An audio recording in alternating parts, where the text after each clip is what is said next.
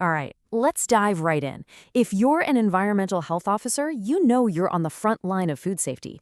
But that front line has, well, it's moved. Thanks to the new border target operating model, the checks that used to happen at the port are now happening right on your patch, on the high street. So think of this as your new field guide. It's here to help you navigate this new reality and make sure the imported food on our shelves is safe, legal, and exactly what it claims to be. So here's what we're going to cover. First, we'll look at this new reality of inland inspections. Then, we'll get into your legal toolkit, the laws that give you your power. We'll give you a really simple framework for your checks, the 3 Ps. After that, it's all about spotting the red flags, knowing your enforcement powers, and finally, seeing how your work fits into the bigger national picture. Okay, picture this. You're in a local shop, doing a routine inspection. You spot a shelf of imported meats, maybe some interesting-looking cheeses. It all looks fine, but is it? Is it actually legal? Does it have the right paperwork? Is it even from a country that's approved to send it here? That's the challenge, isn't it? And that's what we're here to solve. How to go from a gut feeling to being absolutely certain, with the law to back you up. Right. The first thing we really need to get our heads around is just how much the game has changed. This new border target operating model basically means fewer automatic checks at the border. Instead, it's all about a risk-based approach, which puts a massive emphasis on what you find inland. So your average shop visit isn't just about local food hygiene anymore. No, you are now a critical line of defense for the UK's entire biosecurity. It's a huge responsibility. Okay, let's talk about your legal toolkit. And the absolute bedrock, the foundation of everything you do, is the Food Safety Act 1990. This is your core power. It makes it an offense to sell food that could harm someone, isn't what it claims to be, or is just plain misleading. And when it comes to imports, Section 15 on false descriptions is going to be your best friend for tackling dodgy labeling. Next up in the toolkit is the general food law.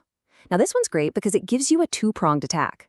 First, you've got Article 14, which has a beautiful, simple principle. If food is unsafe, it cannot be on the market.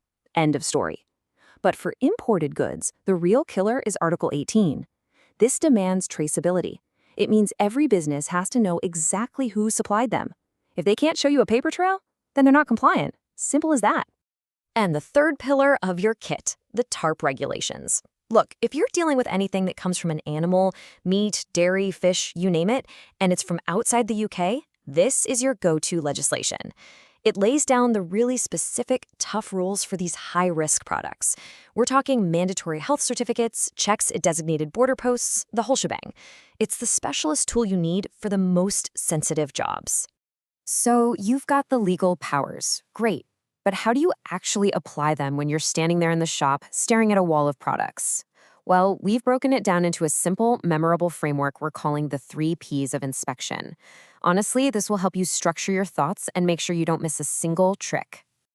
And those 3 Ps are provenance, product, and presentation. So first, where did it come from? That's the paper trail. Second, what actually is it and how risky is it? And third, how is it being presented and sold to the public? Let's break each one down. So let's kick off with provenance. The key question you need to ask is, can the shop owner prove this food came through a legal, compliant supply chain? Now, they might not have the original health certificate sitting in the till, and that's okay, but their supplier must have it, and they need to be able to prove that chain of traceability. For those medium to high-risk animal products, you should be asking if they can get you a copy of the health certificate and the CHED, the Common Health Entry Document. If they just shrug and say they don't know who they bought it from, well, that's not just a red flag, it's a giant flashing neon sign. Next up, P number 2, product. What are you actually looking at? The whole border target operating model is built around risk. So if you see a high-risk product, like some raw, chilled meat, you know it needs the full works, a health certificate and checks at a border post. If it's medium risk, say some dairy products or cured sausage, it still absolutely needs that health certificate. And if it's low risk, like a tin of corned beef, the rules are much lighter. Understanding these categories tells you exactly what kind of paperwork should exist for that product. It's your cheat sheet. And while we're talking about the product itself, here's an absolute. This one is a non-negotiable. If you even suspect a product contains an ingredient from an endangered species, anything protected by CITES, it is illegal. Full stop.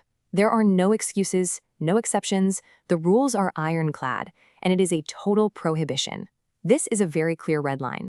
And the final P is presentation. How is it labeled? How is it sold? The label tells a story, and it has to be a legal one. Remember Section 15 of the Food Safety Act? It can't be false or misleading. You're looking for clear descriptions, and they have to be in English. It must have a UK or EU address for the importer. So if the ingredients list is only in a foreign language or you can't see who imported it, you've got a problem. That's a clear breach of the rules. Okay, so you've used your 3Ps and you've found something that's just not right. Now what? Spotting the problem is one thing, but you need to know what to do next. Let's look at the powers you have to take action. Think of it like a ladder you can climb. For something minor, like a labeling issue, you might start at the bottom rung and serve an improvement notice under Section 10 of the Food Safety Act.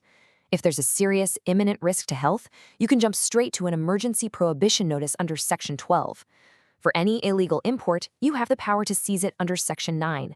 And for those dodgy animal products, the TARP regulations give you the top-rung power, ordering their complete destruction. And let's be really clear about that power of seizure. Section 9 of the Food Safety Act gives it to you in black and white. If food appears to fail the rules, which an illegal import automatically does, you can seize it, right there and then. It's one of your most powerful tools for getting unsafe products off the shelves immediately. And if you need more backup, especially for products of animal origin, Section 35 of the TARP regulations is your friend. It confirms your authority to order the removal or even destruction of anything that shouldn't be here. The point is, for these high-risk imports, the law absolutely has your back and expects you to take robust action. Right, let's just take a step back for a moment. Every time you serve a notice, every seizure you make, it's about more than just that one shop, isn't it? It's a piece of a much larger puzzle, a crucial part of a national strategy. And this is that strategy in a nutshell. The official line is compliance first. We want to help and guide businesses to do the right thing. But, and this is a big but, where you find deliberate, illegal activity, the approach has to be tough and it has to be smart. The information you gather, the things you see on the ground, that feeds into a national intelligence picture.